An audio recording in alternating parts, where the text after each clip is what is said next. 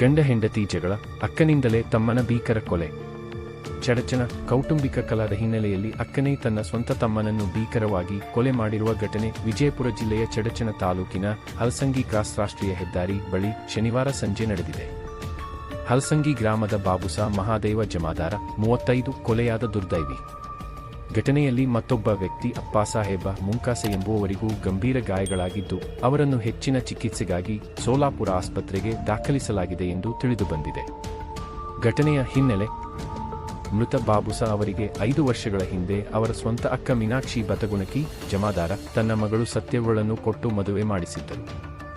ಆದರೆ ಮದುವೆಯಾದಾಗಿನಿಂದಲೂ ಗಂಡ ಬಾಬುಸ ಹಾಗೂ ಹೆಂಡತಿ ಸತ್ಯವ್ವ ನಡುವೆ ಸಣ್ಣ ಪುಟ್ಟ ವಿಷಯಗಳಿಗೆ ಜಗಳ ನಡೆಯುತ್ತಿತ್ತು ಎನ್ನಲಾಗಿದೆ.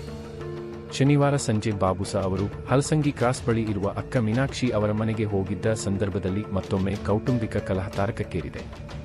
ಈ ವೇಳೆ ಆಕ್ರೋಶಗೊಂಡ ಅಕ್ಕ ಹಾಗೂ ಕುಟುಂಬದವರು ತಮ್ಮನ ಮೇಲೆಯೇ ಹಲ್ಲೆ ನಡೆಸಿದ್ದು ಪರಿಣಾಮ ಬಾಬುಸ ಸ್ಥಳದಲ್ಲೇ ಸಾವನ್ನಪ್ಪಿದ್ದಾರೆ.